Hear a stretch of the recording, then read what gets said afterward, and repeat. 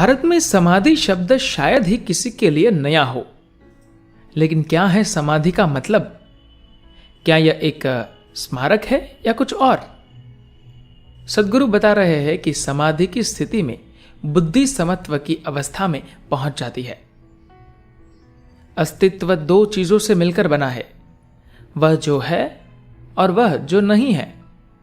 वह जो है में आकार, प्रकार, रूप, गुण, सुंदरता है, जबकि वह जो नहीं है में ये चीजें नहीं होती, मगर वह मुक्त होता है। वह जो नहीं है कहीं कहीं वह जो है में फूट पड़ता है। जैसे जैसे वह जो है अधिक चेतन होता जाता है, वह जो नहीं है बनने के लिए लालायित हो जाता है। हालांकि हमें उसके रूप, गुण, विशेषताएं और सुंदरता अच्छी लगती है, मगर अस्तित्व की पूर्ण आजादी की अवस्था को पाने की लालसा से हम नहीं बच सकते। यह सिर्फ समय की बात है, और समय तथा स्थान का बंधन भी वह जो है का एक छलावा है।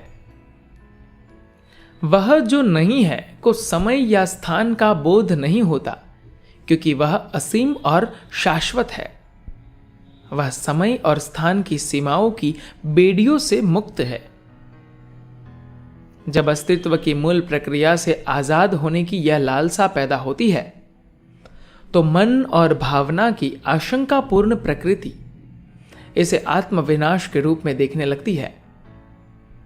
एक विचारशील मन के लिए आध्यात्मिक प्रक्रिया जानते बूझते हुए आत्महत्या करने जैसा है, मगर यह आत्महत्या नहीं है, उससे कहीं आगे की चीज है। आत्महत्या अपना अंत करने की चाह का एक खराब तरीका है। खराब से मेरा मतलब है कि यह तरीका असफल होता है, यह कारगर नहीं होता। मगर इस संस्कृति में कुछ लोग इसे कारगर तरीके से करने में निपुण होते हैं। यही आध्यात्मिक प्रक्रिया है। भारत में समाधि शब्द आमतौर पर कब्र या स्मारक के लिए इस्तेमाल किया जाता है। जब किसी स्थान पर किसी व्यक्ति को दफनाया जाता है और उसके ऊपर किसी तरह का स्मारक बनाया जाता है, तो उसे समाधि कहा जाता है। मगर समाधि मानव चेतना की उस सबसे ऊंची अवस्था को भी कहते हैं जिसे व्यक्ति प्राप्त कर सकता है। जब किसी व्यक्ति के मरने पर उसे दफनाया जाता है, तो उसे उस स्थान को उस व्यक्ति का नाम दिया जाता है। लेकिन जब कोई व्यक्ति किसी खास जगह पर एक खास अवस्था को हासिल कर लेता है, तो उस व्यक्ति को उस स्थान का नाम दे दिया जाता है। इसी वजह से कई योगियों का नाम किसी खास जगह के नाम से मिलता है। श्री पलानी स्वामी को यह नाम ऐसे ही मिला क्योंकि वह पलानी नामक जगह पर समाधि में बैठे।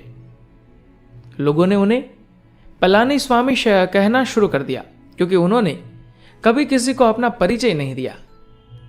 उन्होंने कभी लोगों को अपना नाम नहीं बताया, क्योंकि उनका कोई नाम ही नहीं था। उस स्थान पर ज्ञान प्राप्त करने के कारण लोगों ने उन्हें पलानी स्वामी कहना शुरू कर दिया। बहुत से योगियों और साधु संतों का नाम ऐसे ही पड़ा। समाधि शब्द सम और धी को जोड़कर बना है। सम का मतलब है समानता, धी का अर्थ है बुद्धि। अगर आप बुद्धि की एक समानतापूर्ण अवस्था को प्राप्त कर लेते हैं, तो इसे समाधि कहते हैं। जब आपकी बुद्धि जागृत होती है, तो आप एक चीज को दूसरी से अलग करने में समर्थ होते हैं। यह एक वस्तु है और वह दूसरी। इस तरह का भेदभाव सिर्फ बुद्धि के सक्रिय होने के कारण ही संभव है। जैसे ही आप बुद्धि से परे हो जाते हैं, यह भेदभाव समाप्त हो जाता है। सब कुछ एक हो जाता है, जो कि वास्तविकता में है। इस अवस्था में समय और स्थान का बोध नहीं होता। आपको भले लगे कि कोई व्यक्ति 3 दिन से समाधि में बैठा है, मगर उसके लिए यह कुछ पलों के बराबर होता है।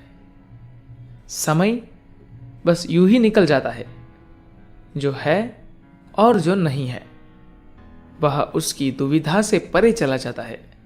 वह इस सीमा से परे जाकर उसका स्वाद चखता है जो नहीं है, जिसका कोई आकार, प्रकार, रूप, गुण कुछ नहीं है।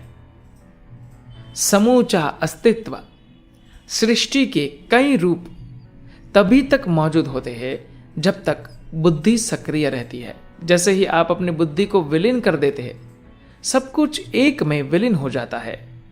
धन्यवाद।